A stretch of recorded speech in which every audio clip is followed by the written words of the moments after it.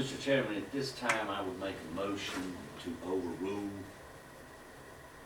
this or dismiss the challenge for lack of affirmative proof as required in NCGS 163-90.1. We have a motion for the board to dismiss the challenge based on lack of affirmative evidence. Any discussion?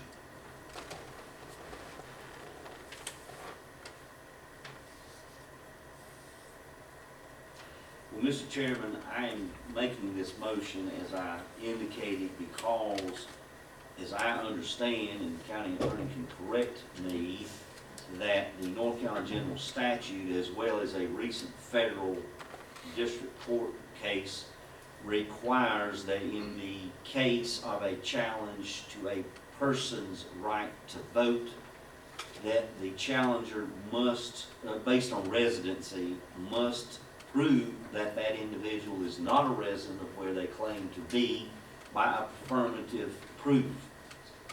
It is my analysis of this that Mr. Reece has sworn under oath on 2 different occasions that he lives in that house, that he's entitled to vote because he lives in the house at 685 Factory Street.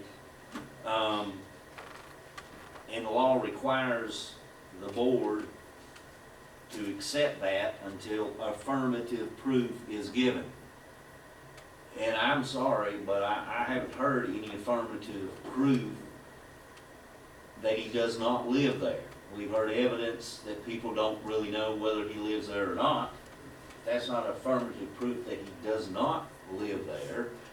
And a lot of evidence or just whatever about ancillary matters that really, don't apply. The thing that dawns on me about this is assume that Mr. Chandler Reece moved into this house so he could be qualified to sit on the Ronda board. That's not an issue for us, that's an internal town issue, and I suspect that if he did that, and I'm not claiming that he did, I don't know, but if he did, it would seem to me that he's probably not the first person to move locale to be eligible to run for some public office. I think we've had not North Carolina, but a senator move from one state to another and then become a cabinet member of the federal government and then run for president, and a few other things, all based off of a move. So, I mean, if he moved there for that reason, I just don't see it's relevant. The issue is he a resident there, and I just haven't heard any affirmative proof that he's not. Just to clarify some of the other points myself, all of the documentation appears to be in order, and all of the documentation appears to indicate a change of address which took place in May.